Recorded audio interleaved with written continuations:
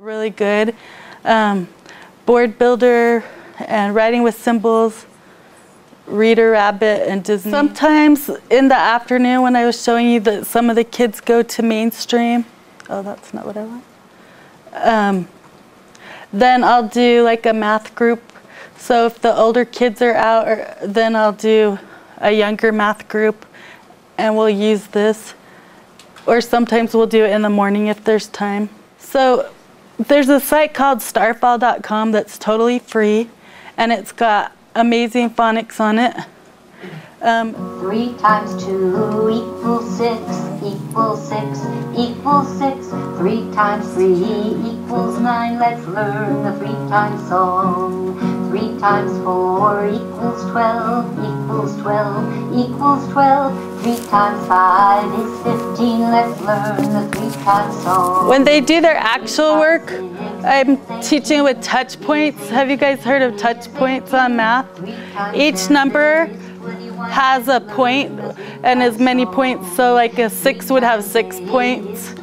And so I've been teaching them with the touch points, so when we go to do it on the board for a practice, even though the points aren't drawn on there, then we're always talking about do the touch points even though they're not there. So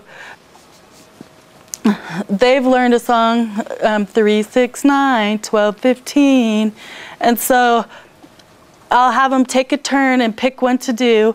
So if they did the one on the 4, they'd touch the points on the 4 and go 3, 6, 9, 12. Oh, that's a 12, and then they just drag it.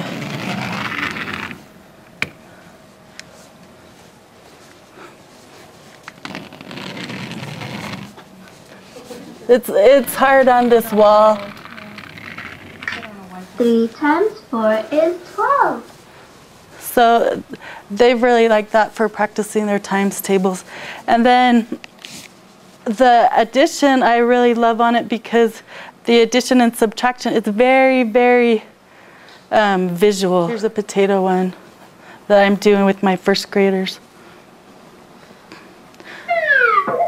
Let's add potatoes. Add these potatoes. So for my ones that are just learning to count, even though it's an addition problem, they're practicing counting the potatoes and then they're getting it.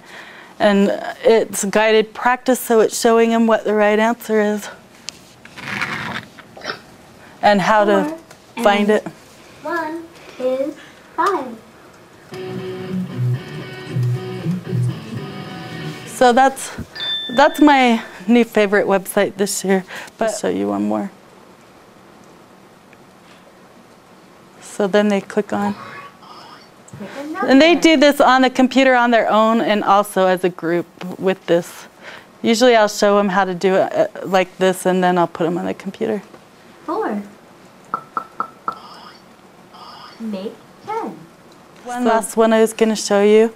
It's a math game. And I like it because, again, it has addition, subtraction, and multiplication, so I can use it with a variety of different kids at the same time. The constraint with this one is I have to type in the answer. It's hard for them to type it in because they're trying to get as many right as they can in a minute.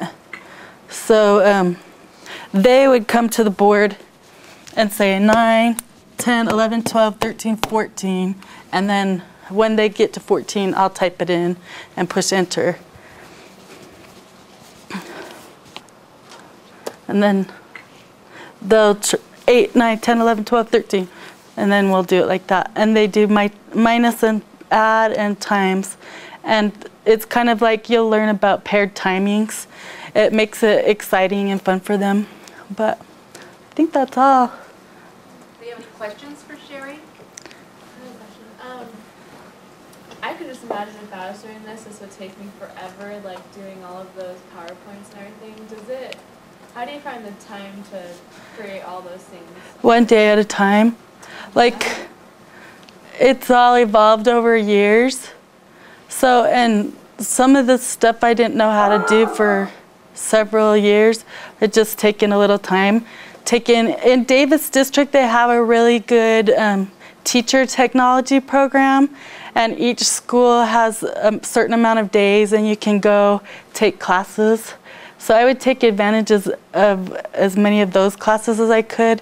That's how I learned how to use Windows Movie Maker when it was first out, and that's how I learned how to use Photoshop Elements and things like that. Other stuff you just kind of find along the way and invent it as you go. But that's why I loved YouTube this year, because I haven't had to invent as many things. Do you guys know how to download a video from YouTube? The way I figured out how to do it is you download a free Reel player. So when you hover over a video, then usually with the Reel player, it'll come up with the box like this. And then you just click on it and it'll download the whole video, and then you can save it. So I'm going to be reading you a book. this is a site that we like. All animals, but maybe dogs. There's one also called Sing to Learn that I didn't put. And a lot of the songs you have to pay for, but there's several that are free. And so the ones that are free are the ones that I downloaded. Of course, you guys, you did the copyright stuff, right? And so you guys have to remember, too, that if you're going to use some of these things, you need to make sure that you have the rights to do that. And if nothing else, you need to make sure you attribute it so that they know where you got that source from. And use within your classroom, that's fine, but if you're going to distribute it at all, I would seriously make sure that you're okay, especially if you're going to distribute it on a website or on a school site, particularly because your school can get in trouble. So you guys are free. If you don't have any other questions for me, please let me know if you need anything, or things aren't working like they're supposed to, and I will make sure I get back with you as quickly as I can.